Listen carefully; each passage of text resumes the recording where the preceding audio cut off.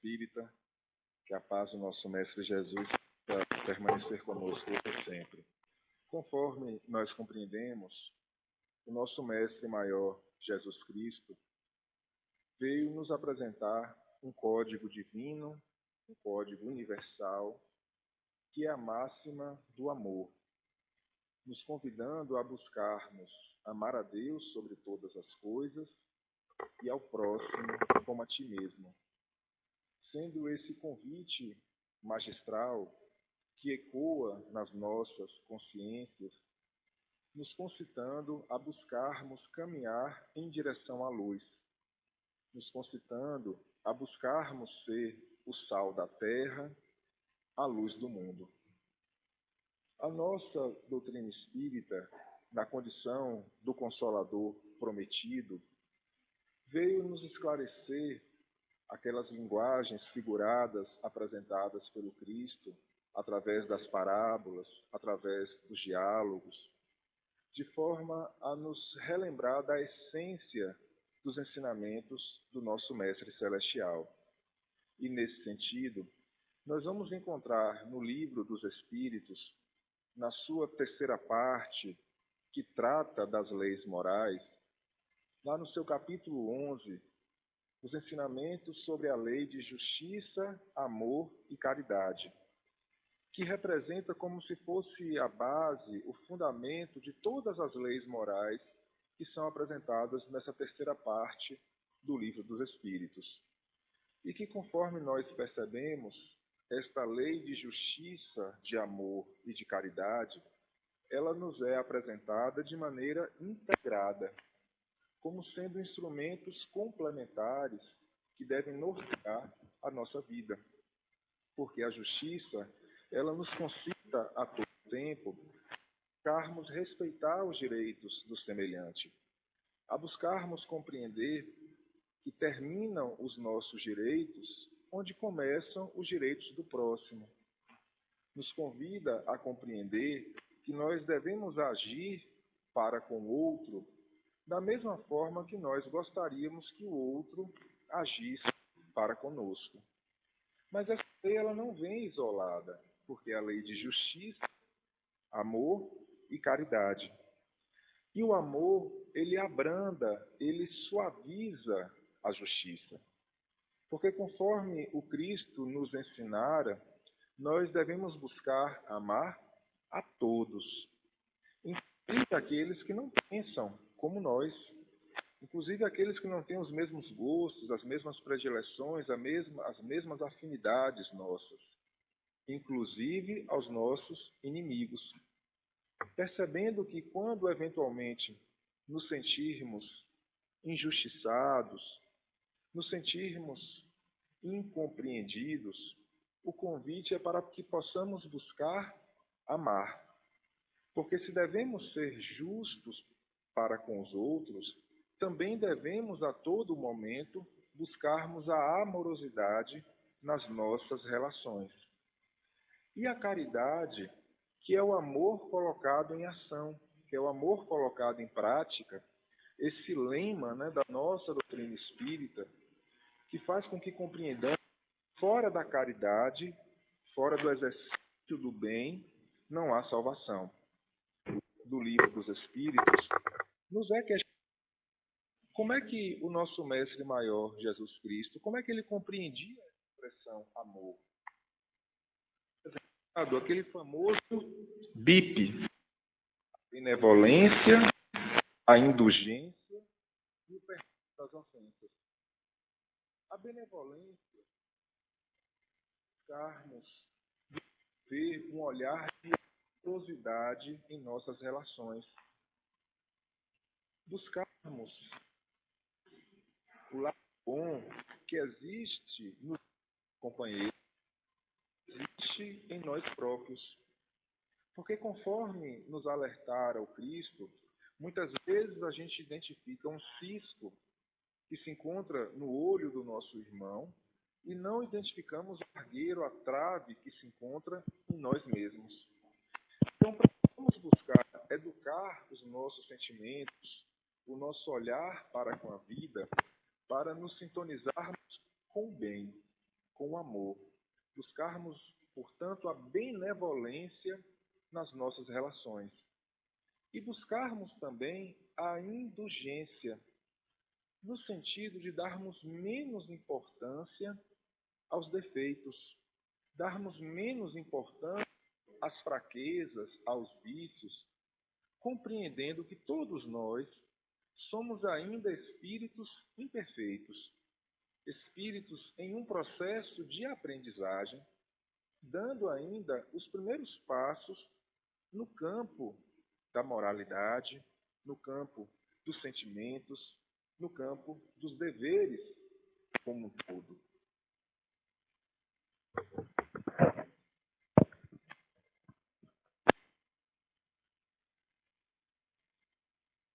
Que nós necessitamos ser compreendidos, que nós necessitamos ser aceitos quando nós nos equivocamos, nós também precisamos buscar compreender, nós também precisamos aceitar, nós também precisamos tolerar os nossos irmãos. A indulgência, ela faz com que nós possamos, portanto, ressignificar a nossa perspectiva diante da vida, de maneira a buscarmos valorizar mais as qualidades e darmos menos importância aos vícios. Não apenas dos nossos irmãos, mas também de nós mesmos. Às vezes, aquela pessoa com a qual nós nos relacionamos, às vezes ela tem diversas qualidades, mas o que nos incomoda é o vício. É a dificuldade, é a fraqueza, é a falha daquele nosso companheiro. E o ensinamento do Cristo é para que possamos buscar ser mais tolerantes, buscarmos ser mais compreensivos, porque às vezes a atitude, o comportamento daquele nosso companheiro, que nós às vezes ainda não aceitamos, às vezes aquela atitude, aquele comportamento foi o melhor que ele pudera fazer. Foi o máximo que estava dentro do seu nível evolutivo. E às vezes, mesmo que nós não tenhamos aquele vício, aquela fraqueza na nossa área de comportamento, certamente nós temos outros vícios, nós temos outros problemas, outras fraquezas em outras áreas do nosso comportamento. E assim, volto a dizer, como nós necessitamos ser compreendidos, nós também precisamos compreender o próximo.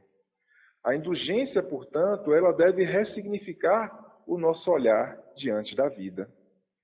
E o perdão das ofensas. Esse ensinamento que for exemplificado pelo Cristo em tantas e tantas oportunidades, e que é aclarado pela nossa doutrina espírita, no sentido de buscar fazer com que compreendamos que, ao perdoarmos, nós nos libertamos, nós nos permitimos seguir adiante. Porque se o nosso companheiro errou, se equivocou, teve uma atitude injustificada para conosco, ao guardarmos uma mágoa, ao guardarmos um rancor, um desejo íntimo de vingança, de batermos na mesma moeda, é como se estivéssemos carregando uma brasa quente para entregar ao próximo. O grande problema é que enquanto estivermos carregando essa brasa quente, o primeiro que é queimado somos nós mesmos. Porque esse sentimento de ódio, de rancor, ele cria toda uma esfera psíquica, todo um campo no nosso perispírito que propicia que nos sintonizemos com espíritos ainda imperfeitos, com espíritos que comungam desses mesmos sentimentos, desses mesmos propósitos. E como são espíritos que ainda não estão afinados com o bem, eles vão se vincular conosco para nos estimular a darmos mais vazão aos nossos vícios, a darmos mais vazão às nossas fraquezas. E como eles ainda não estão vinculados ou habituados ao amor, eles se comprazem, eles ficam felizes em nos criar dificuldades, em nos criar problemas extras. Então, esse sentimento de ódio, de rancor, ele cria em nosso entorno as condições para que nos sintonizemos com espíritos imperfeitos que muitas vezes estabelecerão um processo obsessivo em relação à nossa pessoa, criando muitas dificuldades em nossas vidas. Então, ao perdoarmos, nós nos libertamos, nós nos permitimos seguir adiante. Porque se o nosso companheiro efetivamente errou, se ele efetivamente se equivocou, é uma questão dele para com as leis divinas. E ao perdoarmos, nós nos libertamos, mas ele ainda ficará vinculado ao seu erro e terá que reparar em conformidade com as leis divinas aquelas falhas por eles perpetradas. Mas nós nos permitiremos seguir adiante. Mas uma vez que sabemos da importância do perdão em nossas vidas, como compreender esta temática com as luzes, que nos são fornecidas pela nossa doutrina espírita? Nós vamos ter um diálogo travado entre o Cristo e Pedro, quando Pedro indaga a Cristo quantas vezes ele deveria perdoar. Se deveria ser 7 vezes. E Cristo lhe responde que deveria ser 70 vezes 7. De maneira a nos chamar a atenção que nós devemos exercitar o perdão de forma cotidiana em nossas vidas. Porque nós somos constantemente colocados em situações onde nós nos deparamos com erros, com equívocos, com falhas, às vezes perpetrados pelos nossos companheiros, às vezes perpetrados por nós mesmos. E nesse estágio evolutivo em que nos encontramos, o perdão ele precisa ser exercitado constantemente em nossas vidas. Ocorre que ao buscarmos observar esta questão do perdão, impõe que percebamos que o perdão, em verdade, ele se configura como um processo de perdão. O perdão ele não ocorre de uma hora para outra. A gente não consegue marcar o momento exato para perdoar o nosso companheiro. Porque, excetuando aquelas situações onde tenhamos algum problema biológico que nos leve ao esquecimento, excetuando essas situações, quando nós nos sentimos ofendidos, quando nós nos sentimos agredidos por determinados comportamentos, por determinadas atitudes, isso fica marcado em nosso íntimo. E nós não vamos esquecer desta ofensa. E para que possamos, portanto, perdoar, precisamos construir um processo de perdão, onde nós vamos buscar ressignificar as nossas emoções, revisitar aquela situação que nós passamos com a nova perspectiva, com um novo olhar para aquilo que ocorreu em nossas vidas. E nesse aspecto, a doutrina espírita, ela nos esclarece por demais da conta. Porque conforme nós vamos identificar no Evangelho segundo o Espiritismo, lá no seu capítulo 5º, que trata dos bem-aventurados sois os aflitos, nós necessariamente vamos nos deparar, nos defrontar com a justiça das aflições. Porque todas as situações que nós vivenciamos em nosso dia a dia, ou elas são decorrentes dos comportamentos, das atitudes que nós estamos tendo nesta existência, ou são a consequência dos comportamentos, das atitudes que nós tivemos em reencarnações pregressas. Mas nada em nossa vida vai ocorrer por acaso. Se nós estamos a passar por determinadas situações, é porque nós precisamos passar por estas situações, para buscarmos nos redimir dos erros que nós cometemos ou que ainda estamos a cometer. E esse processo de redenção, esse processo de reparação, nos exige uma vinculação ao amor. Uma vinculação ao amor. Porque se nós passamos por estas situações difíceis, desenvolvendo um olhar de rancorosidade, um olhar de ressentimento, uma mágoa, um desejo íntimo de vingança, nós não nos libertamos.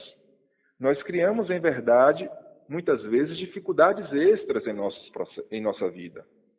Então, uma vez que devemos perceber que nada acontece por acaso, nós vamos olhar estas situações que nós vivenciamos e perceber que elas são uma resultante das escolhas que nós fizemos no passado e que muitas vezes ainda estamos a fazer no presente. E para que verdadeiramente nos libertemos destas situações difíceis, onde nós passamos muitas vezes por determinados tipos de agressões de forma muito corriqueira, nós precisamos mudar a nossa forma de olhar a vida, a nossa maneira de se relacionar uns com os outros, desenvolvendo uma perspectiva de amorosidade em nosso ser, em nosso campo íntimo. Portanto, ao buscarmos observar que há uma justiça das aflições, nós vamos ser convidados a olhar aquele nosso companheiro, aquele nosso irmão, que teve uma atitude com a qual nós não gostamos, olharmos o nosso companheiro com um novo sentimento, com uma nova perspectiva, percebendo que, em verdade, nós não somos injustiçados, nós não somos vítimas. Às vezes pode até ser que nós não tenhamos feito nada para ele, mas certamente nós fizemos para outras pessoas. Se não nesta existência, mas nas existências pregressas, poderemos então ter feito. Então há necessidade que nos libertemos desse jugo, de agressões recíprocas, onde ora nós nos colocamos na condição de agressor, ora nós nos colocamos na condição de vítima, e que possamos construir um propósito de amorosidade em nossa vida.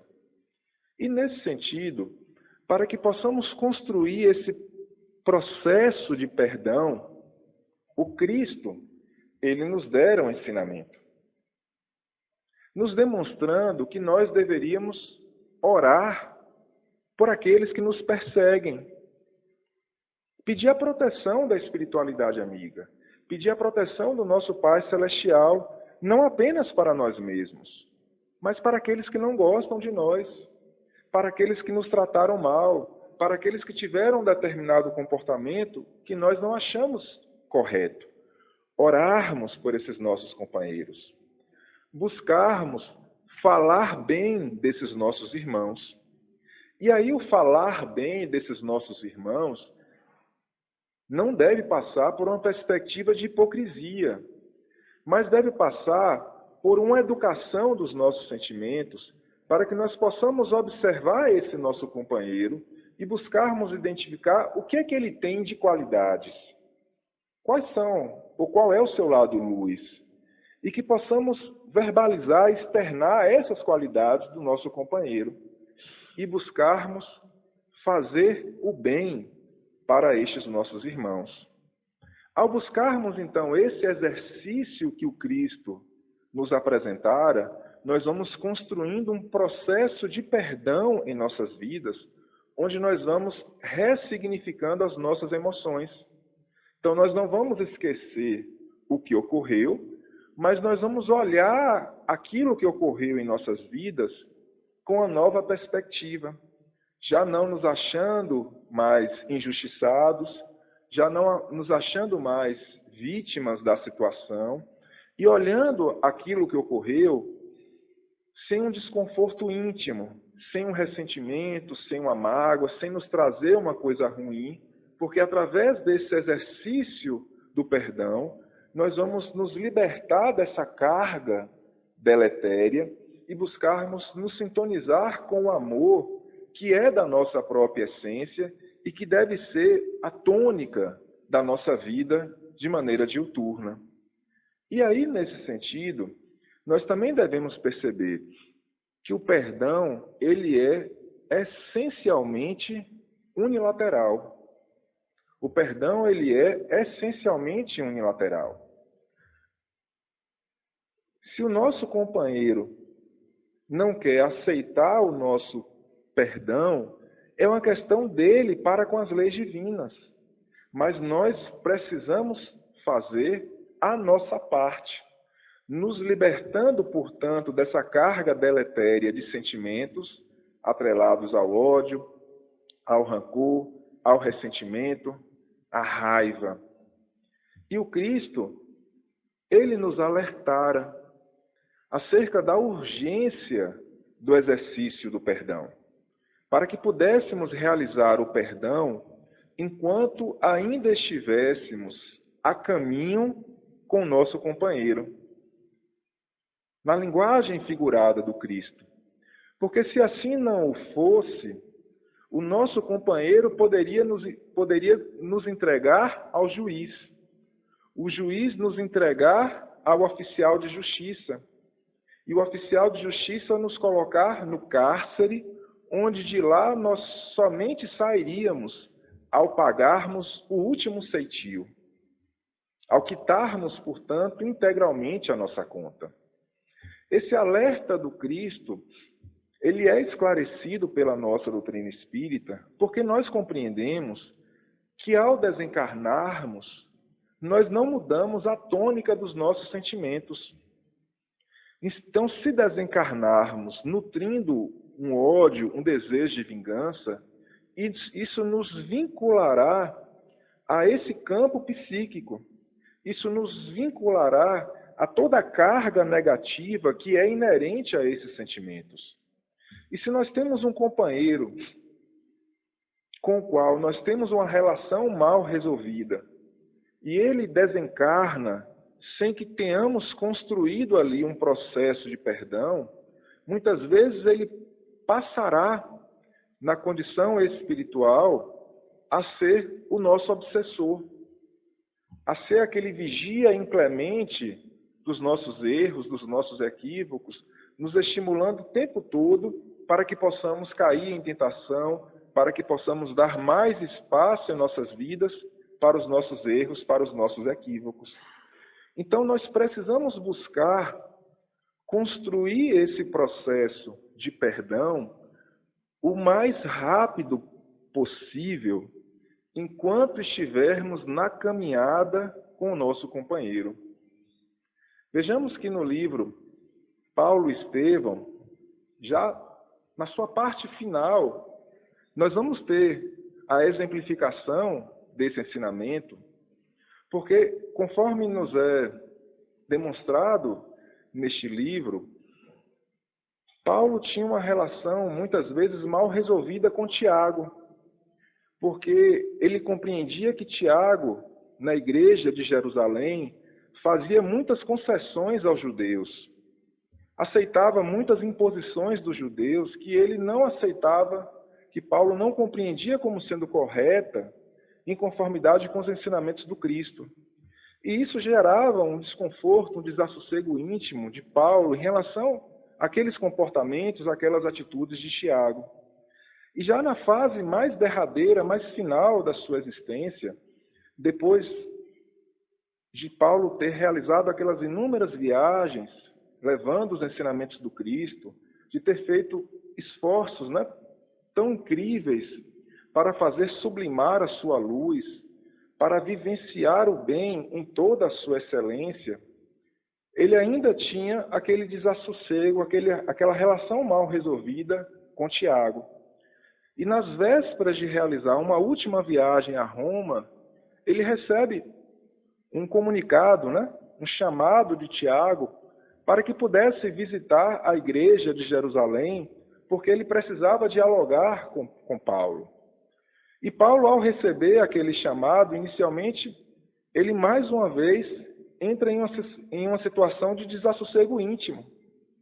Como que Tiago tinha a petulância de lhe chamar para fazer uma viagem a Jerusalém, quando ele sabia dos seus compromissos de levar os ensinamentos do Cristo para Roma, para os povos gentios.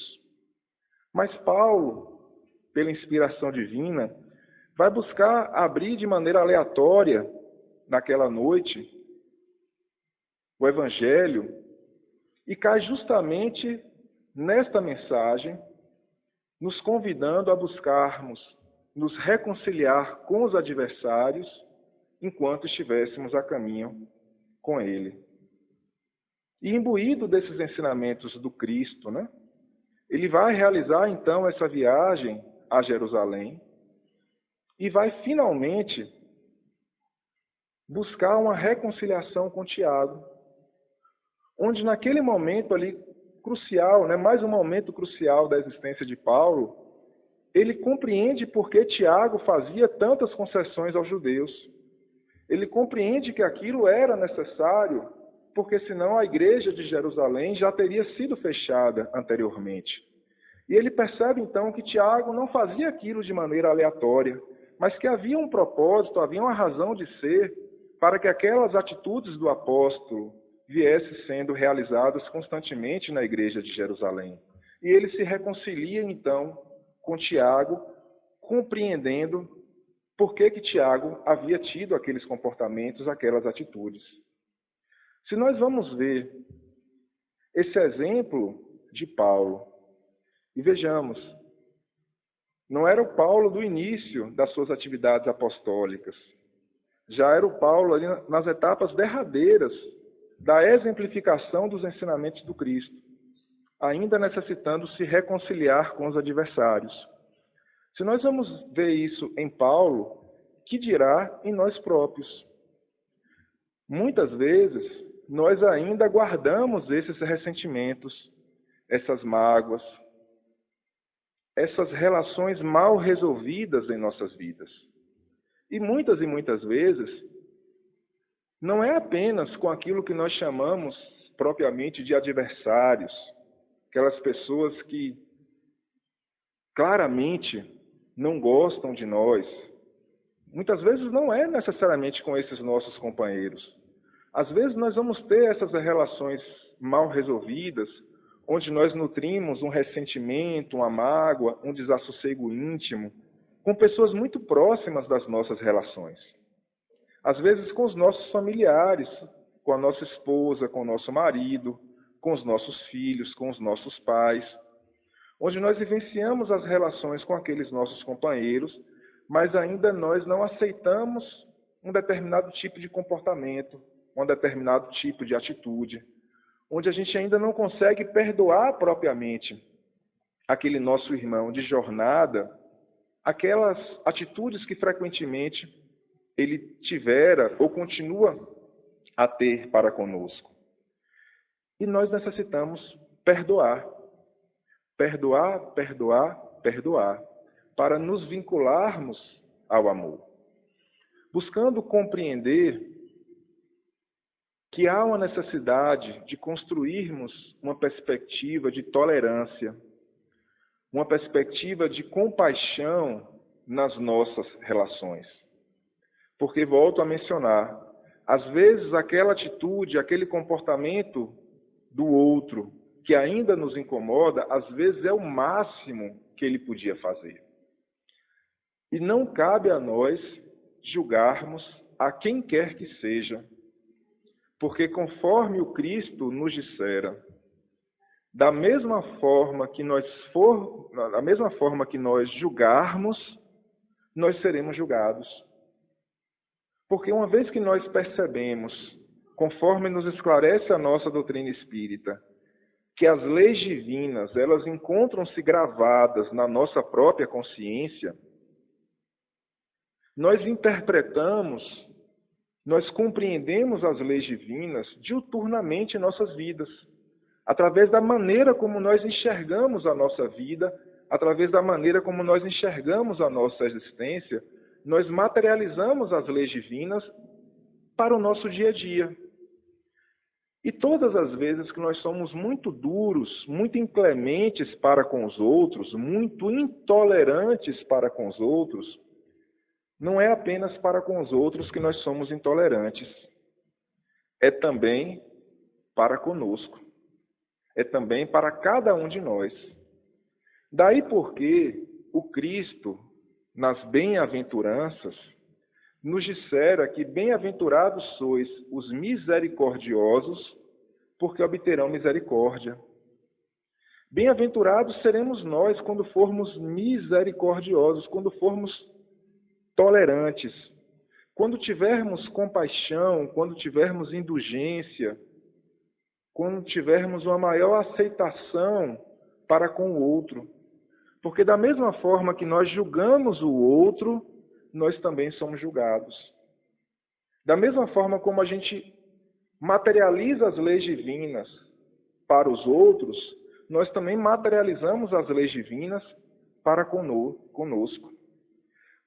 Precisamos, portanto, desenvolver um olhar, uma perspectiva diante da vida, onde busquemos sermos pessoas misericordiosas, pessoas que tenham, portanto, uma maior compaixão, uma maior tolerância, uma maior aceitação com as diferenças com os outros.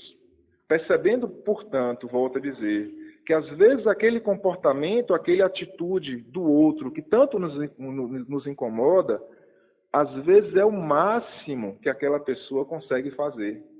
E que ainda que não tenhamos um vício, uma fraqueza, uma falha de caráter naquela área do nosso ser, certamente nós temos em outras áreas. E da mesma maneira que nós precisamos ser compreendidos, ser tolerados, nós também precisamos compreender, nós precisamos tolerar os outros. Falar de perdão é também falar sobre a necessidade do auto-perdão. A necessidade que todos nós temos de buscarmos exercitar o perdão para conosco, diuturnamente, diariamente. Porque, em verdade, em razão desse nível evolutivo em que nos encontramos, nós ainda caímos em tentação com muita constância.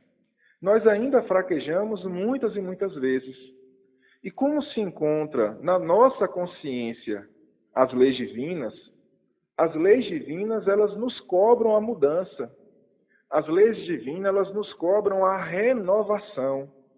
E todas as vezes que nós fraquejamos, que nós caímos em tentação, as leis divinas que estão na nossa consciência nos chamam a atenção para o nosso erro, para o nosso equívoco praticado.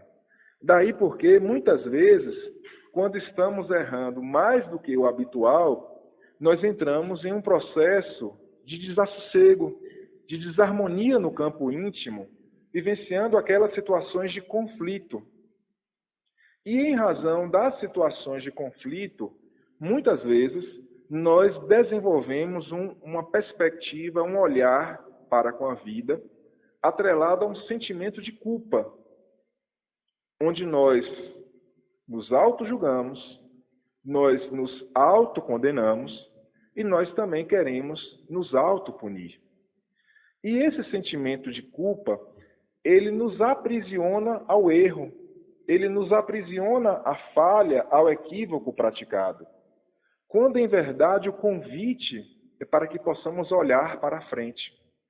O convite é para que possamos aprender a nos amar, nos aceitando como nós somos, buscando verdadeiramente perceber que, conforme nos esclarece o livro O Céu e o Inferno, ao tratar do Código Penal da vida futura, a libertação dos equívocos, das falhas por nós praticadas, se dá com a reparação. E a reparação não é através da dor. A reparação é através do amor. A reparação se dá onde nós vamos buscar levar flores, onde antes nós levávamos espinhos. Então, quando nós erramos, muitas vezes, nós vamos nos arrepender daquele erro, daquela falha praticada. E em razão do arrependimento, nós vivenciamos um processo de expiação, que é um desassossego, que é uma dor íntima, decorrente desse arrependimento por essa falha praticada, por termos machucado o próximo, por termos machucado a nós mesmos. Nós entramos ali em um processo de dor, de expiação, como uma consequência dessa falha por nós praticada. Mas não é através da dor que nós nos libertamos. Não é através da dor que nós vamos caminhar em direção à luz.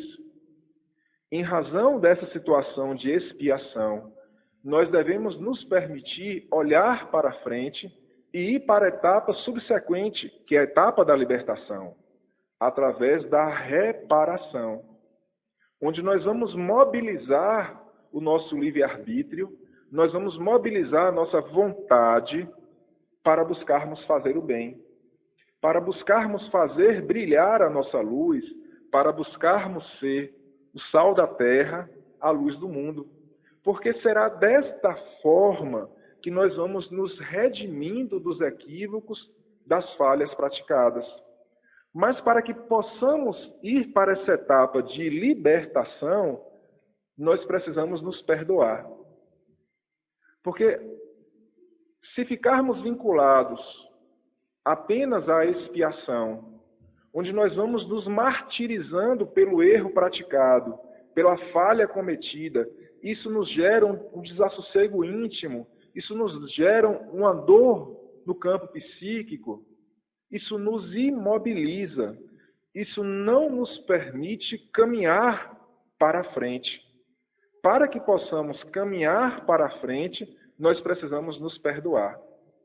Nós precisamos desenvolver um olhar de amorosidade para conosco, no sentido de percebermos que nós somos muito mais do que os nossos erros. Nós somos muito mais do que os nossos equívocos. Nós somos luz. Nós somos amor.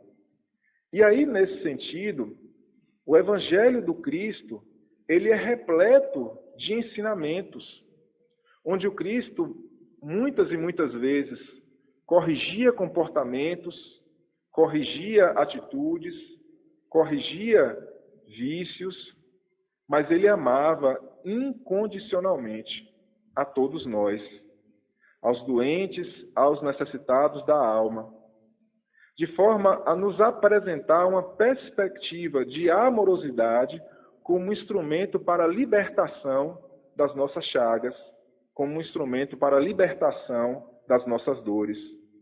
E nós temos talvez aquela passagem mais simbólica sobre essa questão, que é a da mulher adúltera. Quando o Cristo é chamado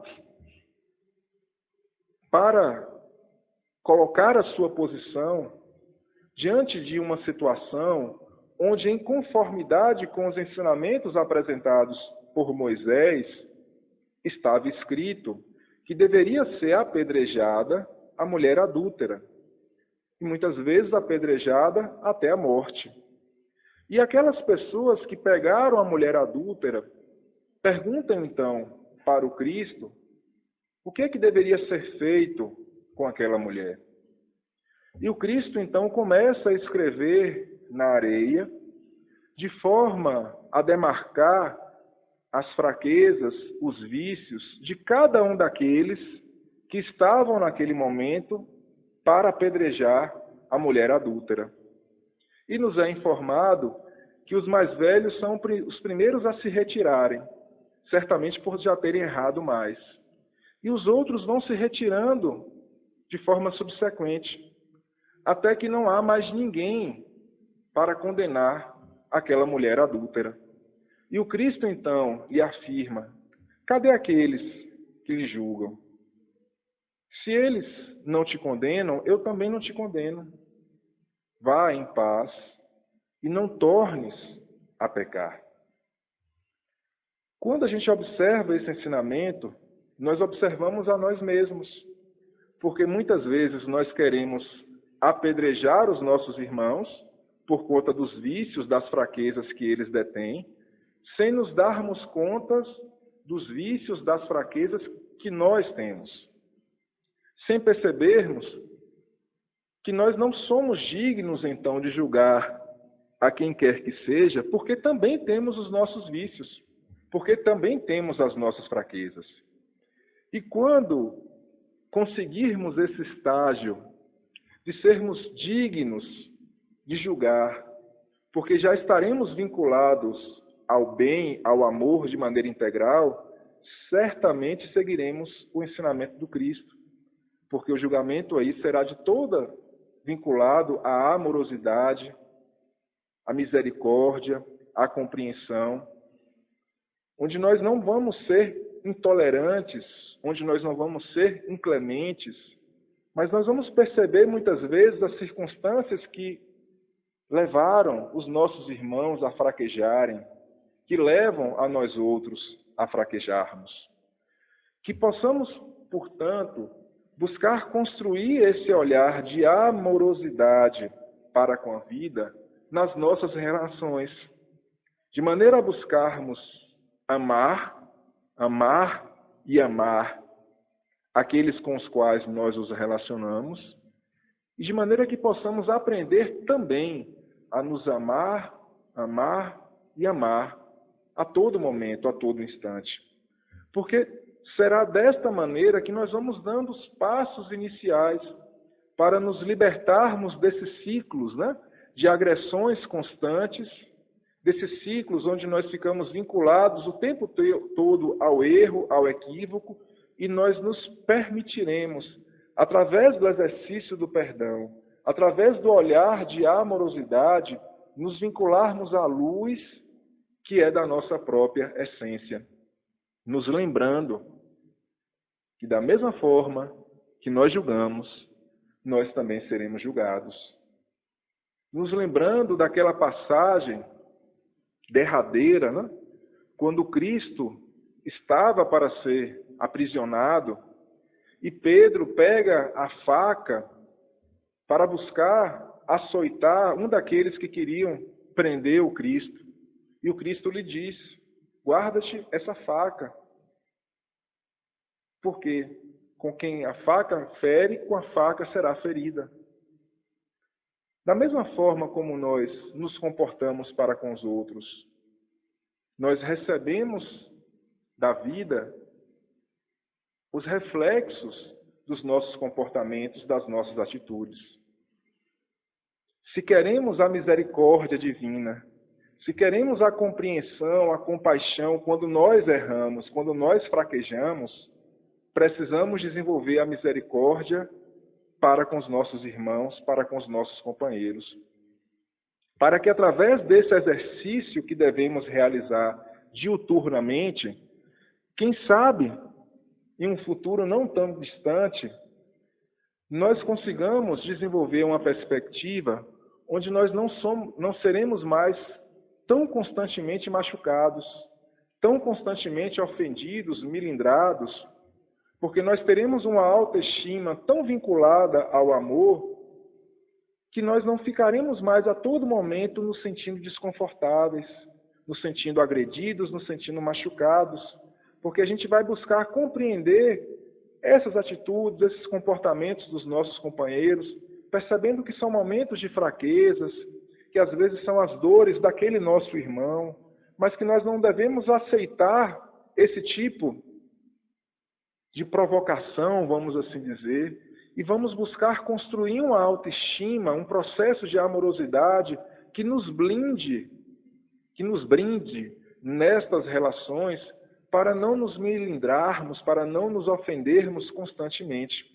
Porque ao desenvolvermos essa perspectiva, não precisaremos nem sequer mais perdoar, porque não nos sentiremos ofendidos, porque não nos sentiremos agredidos. Mas para que cheguemos nesse estágio, precisamos dar os passos iniciais, vivenciando esse processo de perdão em nossas vidas, notadamente nessas nossas relações mais íntimas inicialmente, no nosso campo familiar, com aquelas pessoas que nós buscamos construir uma relação de amorosidade, para que depois possamos desenvolver esse processo de perdão nos demais ambientes onde nós estejamos inseridos, no ambiente religioso, no ambiente profissional, no ambiente social, para que cheguemos então ao estágio derradeiro de perdoarmos inclusive aos nossos inimigos, inclusive aqueles que nos querem o mal, seguindo os ensinamentos do Cristo, através da oração, através da palavra, através das atitudes, vivenciando o perdão como um processo que vai nos levar à ressignificação das emoções, à ressignificação do nosso campo íntimo, onde nós vamos passar a observar as situações que nós vivenciamos no passado com uma nova perspectiva, sem mais nos causar desconforto, sem mais nos causar desassossego, porque teremos um olhar de compreensão, de aceitação, de misericórdia para esses nossos irmãos. Muita paz, assim seja.